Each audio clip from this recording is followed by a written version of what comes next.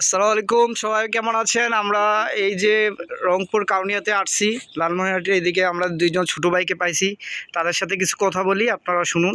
ভাই, তোমার নাম কি? আমার নাম ফরিদুন আলী। কি করো ভাই? ব্যবসা করি কিসে? রাজধানী। তোমার নাম কি ভাই? আব্দুল্লাহ আলাফাত।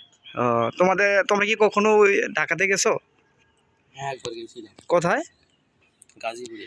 ঢাকা থেকে কি এই এলাকা ভালো লাগে না ঢাকা ভালো লাগে তোমাদের কাছে? এই এলাকা ভালো লাগে। কেন? এই এলাকা বাতাস আছে, অনেক পরিবেশ ঠান্ডা। এই হুজুর, তুমি বলো, ঢাকা গেছো কখনো? এই লালমনিরহাট ছাড়া কোথাও গেছো? গেছিলাম কোথায়?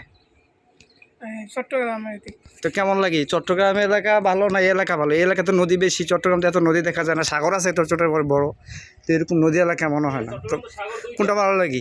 চট্টগ্রামে ভালো লাগে। এই এলাকা ভালো লাগে না? এলাকা বেশি ভালো লাগে যে সামনে ব্যাটারি ছিল, হ্যাঁ। পাখি ছিল না, আহ, পাখি তো আস্তে আস্তে বিলুপ্ত হয়ে গেছে এই জায়গায়। আর চট্টগ্রামের দিকে পাখি টাখি সব দিক দিয়ে অনেক ভালো। তো তোমার এলাকা তোমার কাছে ভালো লাগে না? আমার এলাকা বলতে ভালো লাগে, কিন্তু অতটা না।